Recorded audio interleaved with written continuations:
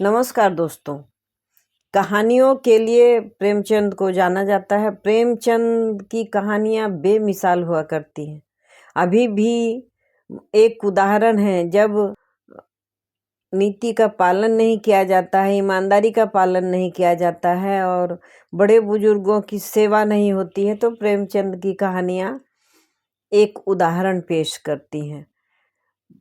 उसी सिलसिले में, उसी संग्रह से एक कहानी मैं लेकर आई हूँ। वह है बूढ़ी काकी। बूढ़ी काकी प्रेमचंद की एक बहुत अच्छी कहानी है। इसमें बुजुर्गों के प्रति सम्मान करने की उत्कंठा जगाती हुई यह कहानी है कि इंसान चाहे कितना भी उब जाए बूढ़े बुजुर्गों से, और बूढ़े बुजुर्ग जो होते हैं वह अस्वस्थ होते हैं, कमज़ोर हो जाते हैं, लेकिन लालसा कभी बूढ़ी नहीं होती है। इसका ध्यान घर के युवा व्यक्तियों को रखना चाहिए, ऐसा उनका उद्देश्य था यह कहानी लिखने में। तो चलिए कहानी शुरू करते हैं। एक गांव में चूल्हे के पास बैठी हैं एक बूढ़ी महिला, और इतनी गर्मी है, चिलचिलाती धूप है कि लोग त्राही त्राही कर रहे हैं। बच्चे सब किसी पेड़ के नीचे छाया में बैठकर हवा की तलाश कर रहे हैं, और गांव की महिलाएं घर के बर्तनों से गर्म पानी फेंक कर और कुएं का ठंडा पानी लेकर जल्दी जल्दी अपने घर को चली जा रही हैं, क्योंकि ठंडा पानी पीकर ही गर्मी को मिटाया जा सकता था। उस समय ऐसी स्थिति नहीं थी कि घर घर पंखे और बिजली की व्यवस्था होती। गांव का माहौल था। तो प्रेमचंद की कहानियों में तो इस तरह का वातावरण पेश किया जाता है। गरीब है, गांव किसान है, खेत है, खलियान है, जमींदार हैं, बड़े लोग हैं, छोटे लोग हैं, कृपण हैं और स्वार्थी लोग हैं। परिवार में भी स्वार्थ दिखाता है, उनकी कहानियों में दिखाई देता है। तो सभी अपने घरों की ओर जा रही थी। एक घर में चूल्हे के सामने एक बूढ़ी महिला बैठी थी। उनकी अवस्था ऐसी नहीं थी कि वह ठीक तरह से चल भी पाएँ। उम्र बहुत हो गई थी और उनकी कमर बिल्कुल झुक गई थी, और उनकी अपनी कोई संतान नहीं थी। थोड़ी सी ज़मीन थी और एक भतीजा था। उसके पति का भतीजा जो उन्हें काकी कहता था, और उस भतीजे का एक परिवार था। एक बेटा था उसमें, और पत्नी थी उसकी। तो पत्नी थोड़ी क्रूर स्वभाव की थी, झगड़ालू किस्म की महिला थी वह। संपत्ति लेने में तो कोई हिचक नहीं हुई, लेकिन खान पान उदारता से करवाने में उसे बहुत दिक्कत होती थी। और जो उनका भतीजा था वह भी सुनते सुनते ऊब गया था, और कभी कभी काकी को झिड़क देता था। काकी को एक कोने में एक रूम दे दिया गया था, और सहन में एक चटाई और एक खटिया दे दी गई थी। खटिया पर ही काकी सोती थी। उसे बहुत परेशानी होती थी। बूढ़ी हड्डियों में खाट जो थी वह गड़ती थी, उसमें कुछ अच्छा बिछावन नहीं था। लेकिन घर के बच्चे भी जो थे वह देखते थे, और माँ के प्रति तो सभी बच्चों को सहानुभूति होती है, इसलिए माँ के तरफ से ही सोचते थे। तो लगता था कि बूढ़ी काकी बोझ हैं घर में, और सभी खाते थे बढ़िया बढ़िया। बेटा जब स्कूल जाता था तो माँ बहुत लाड से पूरियाँ बनाकर देती थी। वह पूरी खाने के लिए काकी का भी मन ललचा जाता था। बुढ़ापे में और कोई काम नहीं रह गया था, सिर्फ खाना और खाने की ही चर्चा करना, यही काम रह गया था। और वास्तव में ऐसा होता भी है। युवा अवस्था में जब लोग रहते हैं तो वो मेहनत करते हैं, काम करते हैं, भूख भी लगती है और मनचाही चीज़ बनाकर और ख़रीद कर खा लेते हैं। लेकिन बुढ़ापे में यह संभव नहीं होता है। एक आसरा हो जाता है घर के बच्चों पर और रिश्तेदारों पर। जिनके अपने बच्चे नहीं होते हैं वह अड़ोस पड़ोस में या अपने परिवार के किसी प्राणी पर वह आश्रित हो जाती हैं। तो ऐसी ही थी बूढ़ी काकी।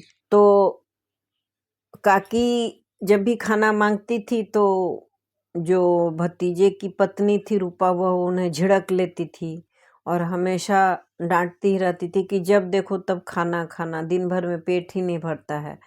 कितना भी खाना खिला दो पेट नहीं भरता है, एक कोने में जाकर बैठो और परेशान मत करो, मुझे भी बहुत सारे काम निपटाने हैं।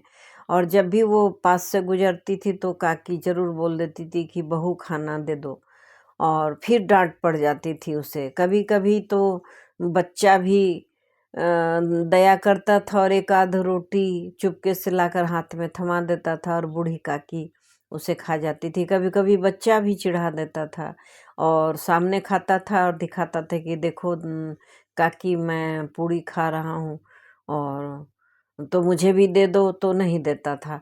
तो बच्चा बाल स्वभाव था, उसका क्या दोष था। घर में जो वातावरण था उसी के हिसाब से उसका मन मस्तिष्क ढला था।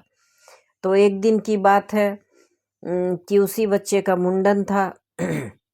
हलवाई बुलाए गए थे घर में और चारों तरफ साफ सफाई और लाउड स्पीकर लगाए गए थे। खुशियां बरस रही थी, पूरे गांव को भोज पर निमंत्रण था और पूरियां पकवान बन रहे थे, सब्जियां बन रही थी, शुद्ध घी से पूरा घर खुशबूदार हो रहा था, बहुत महक आ रही थी।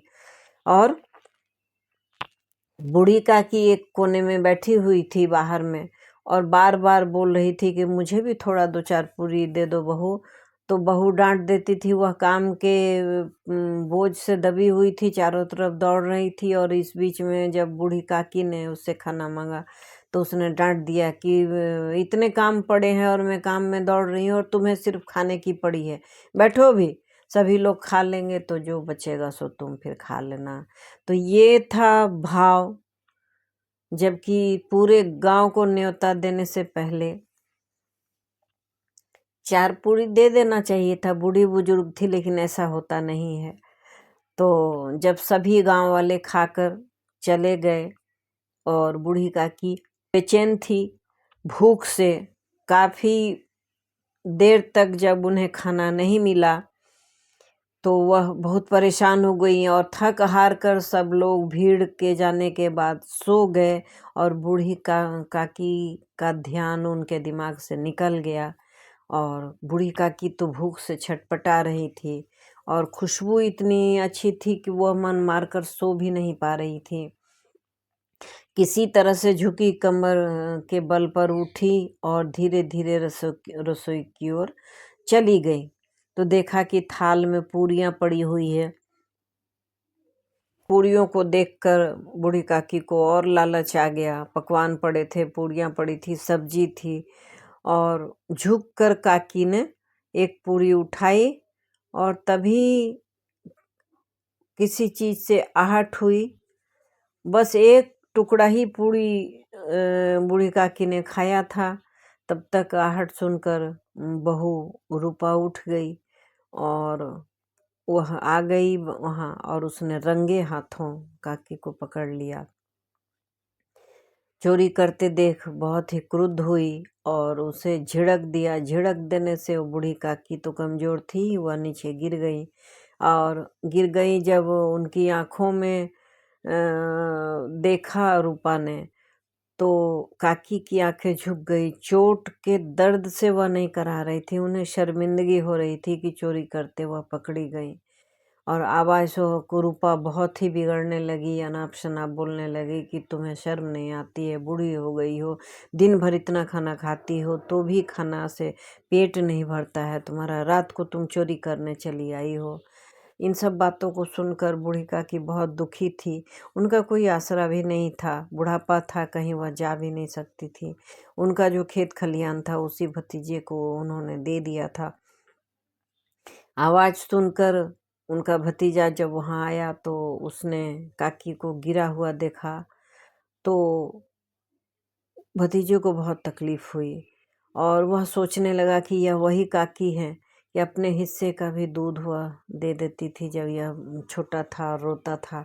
और इसकी माँ बोलती थी कि मेरे पास दूध नहीं है और जो है घर में वही खाओ। तो काकी के यहाँ गाय लगती थी उस समय।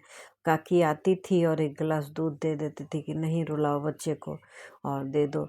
और अपने हिस्से का भी खाना कभी कभी दे देती थी और बढ़िया से तेल वगैरह लगा देती थी छोटे बच्चे को। जब खेल कर आता था तो वह अपने आंचल से उसके पैर हाथ साफ कर देती थी। ये सब जब उसके भतीजे को याद आ रहा था तो बहुत दुख हुआ, उसकी आंखें भर आई और उसने रूपा से कहा कि ये हमारी बुजुर्ग हैं और इनका सम्मान करना हमारा धर्म है, तुम डांट फटकार मत लगाओ, इन्हें सबसे पहले खाना दे दिया करो। और इस तरह से कहकर भतीजे ने काकी को उठाया और संभाल कर उन्हें उसके रूम तक पहुंचाया और दूसरे ही दिन से काकी की जिंदगी बदल गई। तो नेत्र खुलना जरूरी है। खाने की कमी नहीं होती है परिवार में, लेकिन लोग बाहरी लोगों को बड़े आवभगत के साथ खिला देते हैं और परिवार का कोई बुजुर्ग और उपेक्षित पड़ा होता है तो उस पर ध्यान नहीं देते हैं। ऐसा नहीं होना चाहिए। घर के प्राणियों का, बूढ़े बुजुर्गों का सम्मान करें। और काकी का क्या था, काकी इस कहानी से क्या सीख मिलती है कि काकी केवल खाने की भूखी नहीं थी, उन्हें सम्मान भी चाहिए था। जब भतीजे ने स्नेह से उन्हें उठाया तो वह रोने लगी। तो यह कहानी समझाता है कि बूढ़े बुजुर्ग जो घर में हो उनका सम्मान करें, उन्हें तरीके से खाना पीना दें। वो असमर्थ होते हैं, उन्हें खाना पीना देना ही पड़ता है, उनके पास और कोई काम भी नहीं होता है, वो कुछ करने लायक भी नहीं होते हैं, सक्षम नहीं होते हैं, तो उनका ध्यान रखें। अपने घर के बुजुर्गों का बहुत बहुत ध्यान रखें और बच्चों को भी सिखाएं कि वह दादी, बाबा, नाना, नानी जो बड़े हो गए हैं, पुराने हो गए हैं, वो चल फिर नहीं पाते हैं या अपना काम स्वयं नहीं कर पाते हैं, उनकी मदद ज़रूर करें। घर के बीच वाले उम्र के जो लोग होते हैं उनके पास गृहस्थी और बाहर कमाने के लिए जाना पड़ता है, तो बच्चों को भी सिखाया करें कि बूढ़े बुजुर्ग की सेवा करें और जो भी खाना बने समय से उन्हें दे दिया करें, ताकि उनके मन को बेचैनी ना हो। बड़े बुजुर्गों का स्वभाव बिल्कुल बच्चों की तरह हो जाता है। उन्हें बच्चे के समान मानें और उनकी इज्जत करें, उनको खाना दें, उनका आदर करें, उन्हें तरीके से रखें। वही ईश्वर है, कहीं तीर्थ करने की ज़रूरत नहीं है।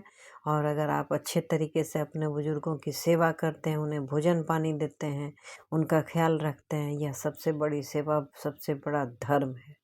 आशा है अच्छा लगा होगा सुनकर। अच्छा लगे तो लाइक कर दें, शेयर करें। चैनल में नए हैं तो सब्सक्राइब करें, एक बेल बटन आता है उसे हिट अवश्य करें। Thanks for watching.